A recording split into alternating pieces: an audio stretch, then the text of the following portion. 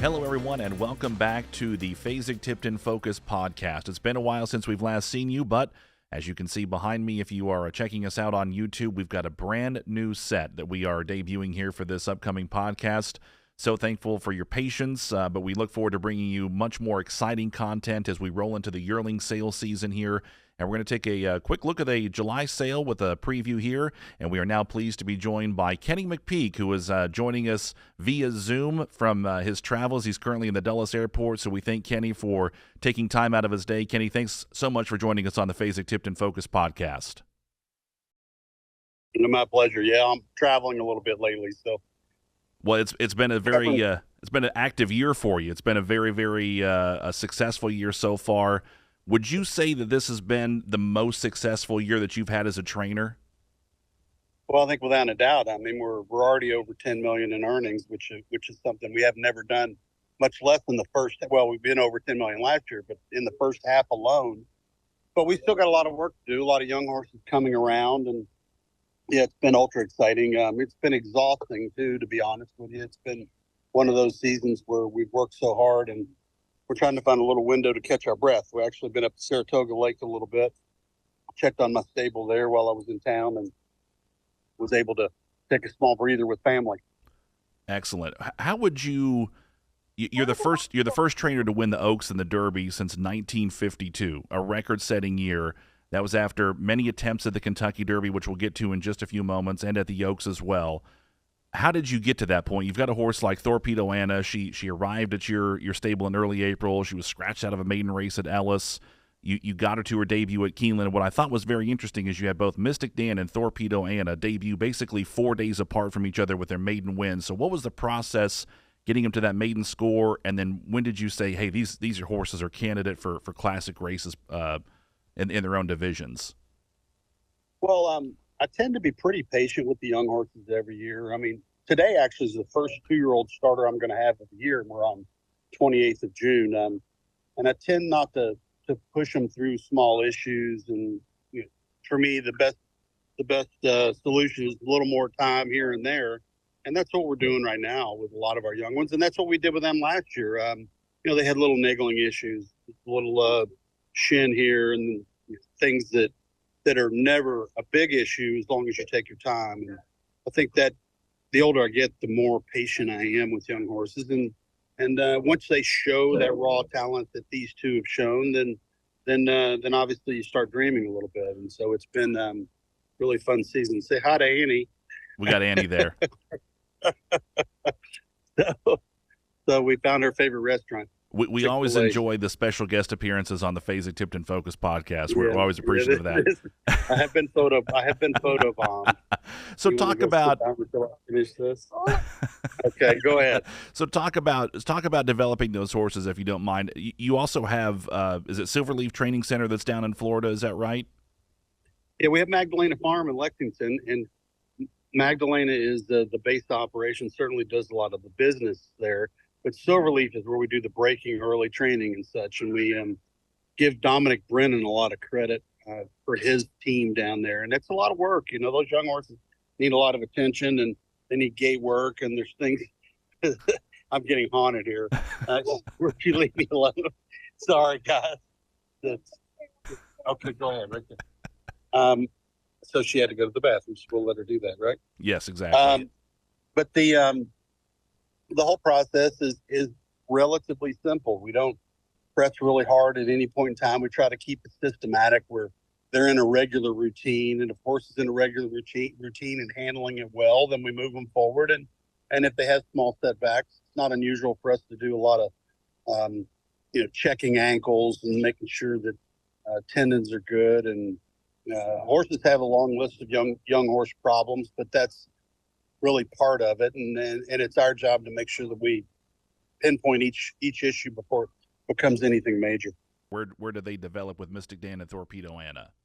Oh yeah, both of them. I purchased Thorpedo at Fasig in October sale. She came over to Magdalena for a short period, and then was trucked onto Silverleaf, and she spent her entire winter in Silverleaf, and then Mystik Dan was a little bit of a longer story, but similar process. But he went from Well, I trained his mother.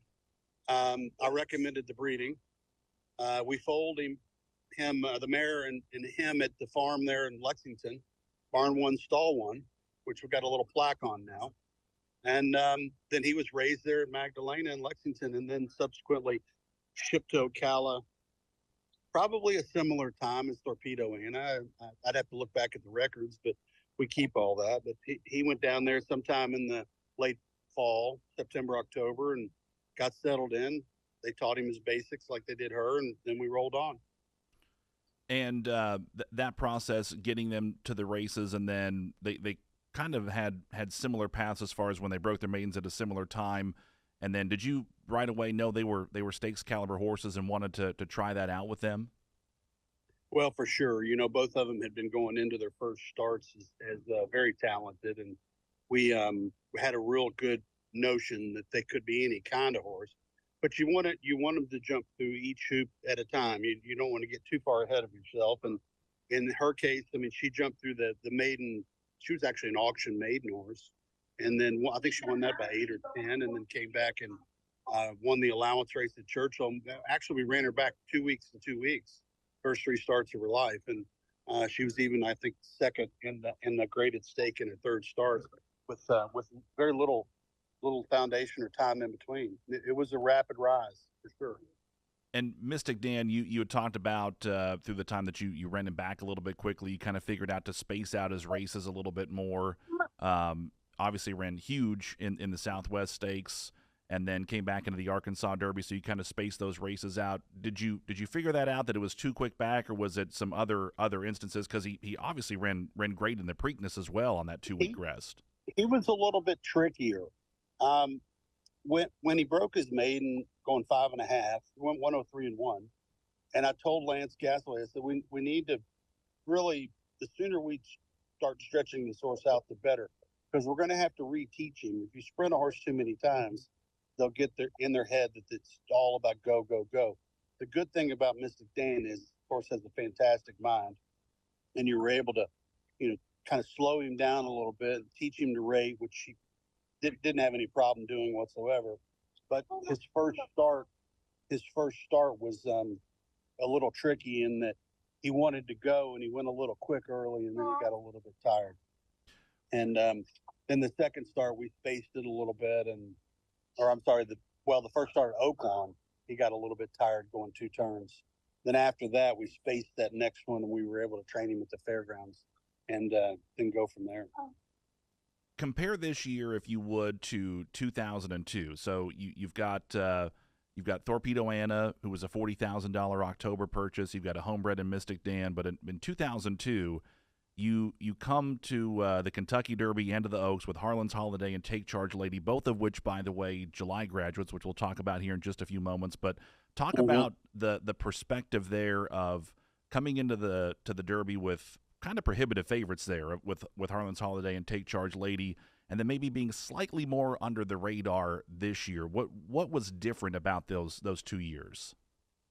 Well, Take Charge Lady was such a special filly in her own right. I fully expected her to win that day, and I think the pace of that race maybe got a little bit rapid early and in the middle, and she wilted a little bit late to be a good second. But the horse that beat us, I didn't think Farda Amiga, and a good filly in her own right. She came back and won the Alabama. It wasn't like she was chopped liver, but Take Charge Lady was a disappointment in the sense that we fully expected her to win, and it didn't happen. Then Harland's Holiday, I think we outthought ourselves on that race. I think that Harland's Holiday very, very well could have and should have won the Derby. I think we tried to guess the pace of the race, which I think is impossible to do for the Kentucky Derby.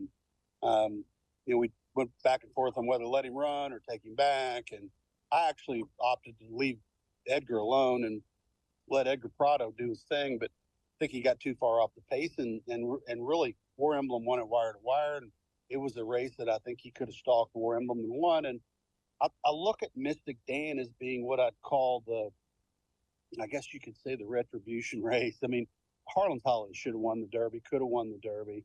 Mystik Dan got it done for him. And of course, it's the same sire line. So I found that a lot of pride in that. That's interesting that you bring that up with the same sire line and kind of the retribution race for you there. So that was Derby and Oaks, and then all of a sudden 5 weeks later you spring a huge upset there at 70-1 with Sarava. Was there a little retribution there with that race? Well, I mean, Sarava is still part. I think that's still part miracle. Um, he was a nice horse. I only ran him 4 times, had 2 wins and 2 seconds, and Baffert trained him the rest of his career. I don't think he ever hit the board, but that horse, I'm still trying to figure out how he won the Belmont. Although he did go into that race, in great order. And of course, he beats Medaglia Dioro, who ends up being a sire of sires and just a really special stallion. And then Sarava himself was practically of no value as a stallion. So that's hard to figure out how that ball bounced. But that's hindsight.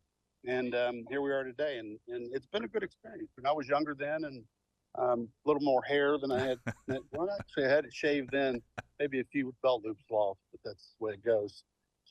So we're gonna take this conversation on the walk to our gate. Perfect. Okay. Well, we're not too far away from wrapping up. I just want to reference the 1999 full crop, and because of what happened in 2002, but specifically 3 horses that you purchased from the Fasig-Tipton July sale with Take Charge Lady, Harland's Holiday, and Repent.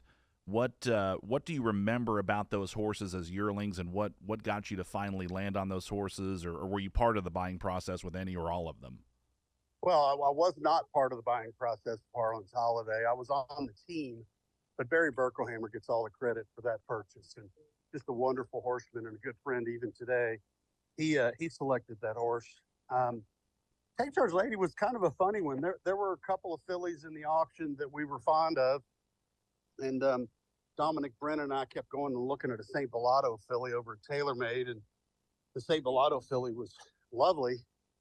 And I kept telling Dominic, I said, I'm in between which one. I don't know which one. He said, go for the DeHare filly. I said, she's got no pedigree, none whatsoever. She had a blank first, second, and third dam. There was one stakes placed New York bred filly in the third dam, and everything was blank. And today it's a blue hen pedigree. Yeah. So that's kind of funny. But on the physical, come on, Ann, let's go. No, on the physical, Take Charge Lady was bigger and stronger and just a lovely filly, and she was just a real classy filly to be around. Of course, her record as a broodmare is probably as proud of that as anything too. Everything she produced ran or produced. Pretty cool stuff. And then Repent, that was another deal too. That horse, he was sold by Ron Blake, and he wasn't the most correct horse in front. Had a beautiful shoulder on him, great body, but was a little bit crooked up front. And Louis Couture's was ice cold at the time. And I actually told Jerry Bach, I said, he's my favorite of the auction, but it's kind of an unpopular sire line, but this is a serious horse, and he very well could have won the Derby too if he hadn't chipped an ankle in his last race before the Derby. Talk about a nice horse, and he nearly won the Travers off a 5-month layoff, 3 or 4-month layoff. But it was a great year. What does it? Are you surprised at all that you had Harland's Holiday, who you were around, and Take Charge Lady, who have influenced, like you just said, that Take Charge Lady maybe didn't have the pedigree when you first bought her, but now she has been incredibly influential as basically a blue hen mare. And then you referenced the Harland's Holiday sire line through Into Mischief. They've changed the breed over the last 20 years since you've been a part of them. Are there any surprises there, or what's your reaction to being a part of basically of history with those horses? Well, add in Curlin. Yeah. I bought him too. I'm very proud of the fact that I've had some sort of influence on sire lines and female families, and it's I guess it's a reflection of working hard and getting old, as you see the gray in my chin sticking out now. But it's been a really unique journey. I love doing what I do. I love helping people win big races. real pleasure to do that. It's a lot of hard work. Sometimes it's frustrating. Sometimes it's exhausting, and sometimes it's exhilarating. So, so it's kind of highs and lows. And then you got this right here that kind of makes it all worth it. Absolutely. Family, no doubt about it. So I know you're headed to your gate, but just a couple of questions I want to ask you. But before you get there, we talked about your success of July dating back some 20 years now, 25 years. What is it about the July sale that you find? You shop it very hard, very aggressively. You had a lot of top horses come out of that sale. What is it about the July sale that appeals to you and your buying process? Well, a couple of things that come to mind. One, I think Bill Graves really set the stage for a lot of this over the years. I think that Fasig does an amazing job bringing great physicals to this auction. I think I like it, the fact that maybe some of the bigger outfits don't attend that auction, and they let a guy like me kind of play the game a little bit without getting hit in the head. I mean, we still don't have huge budgets behind us, and I still am a guy that works really hard to find value. And I'm a real proponent of the young sires. I mean, I think you get a really good horse by a young stallion or even a young mare, and you can have a lot of fun with that horse if everything goes right. And it's about prospecting before everybody else gets the hint that a sire is going to be really good. And then it's the ultimate challenge is the horseman to be able to pick one out like that. What has changed in your approach, if anything, over the last 25 years, but even dating back to the beginning of your training career, as far as approaching a sale? Do you still approach it the same as you did 30, 40 years ago, or have things evolved and changed? Nothing's changed. So here's the math on it, the quick math. So when I was really young, in my 20s, I convinced Roy Monroe to let me buy a yearling for him. Roy was at the time just kind of getting into the game. He wanted a good horse. I said, let me have just a small budget. Let me go to yearling sale. He gave me a $6,000 budget. So I took $6,000 budget and I said, okay, look, I was young. I didn't deserve much more than that. I got it. And so I went to work, and what we did was, or I did it, I looked at every single yearling in the sale, dug in. This was October, actually. And I culled it down into a dozen that I thought would fit what I was looking for. Then from the dozen, I told Roy, I said, I think there's only 2 that'll fall in our budget. He said, all right, well, let's go bid on them. The first one brings 12 grand and we get outbid. The second one brings 8,500, and I elbowed him so hard I probably bruised him, getting him to keep going. So that ended up being a first crop stallion named Lord at War, and that filly ended up running out. I want to say she was first, second, and third, and maybe 10 or 15 stake races. And we had a blast with her. And then subsequently, he gave me more money, and I bought him Tahana Run a few years later. So that kind of got me going. And the approach is the same today. I get the book. I never open it when I go to the sale. I literally get my shoes on and I go barn to barn to barn. I like looking at horses. I like looking at whether it's young sire, old sire, young mare, old mare. I like to see how the crosses sit and the way a horse is made and see what's coming through on the pedigree. And for me, like I said, it's the ultimate challenge. I don't understand why more young trainers don't do it. It's what got me going. It's really what propelled me to another level.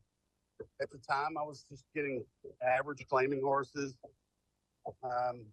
Really didn't have any horses with any talent, but I was always hungry for better ones. And like I said, today I don't do it any different. I use the same approaches I did for Roy Monroe in the 80s.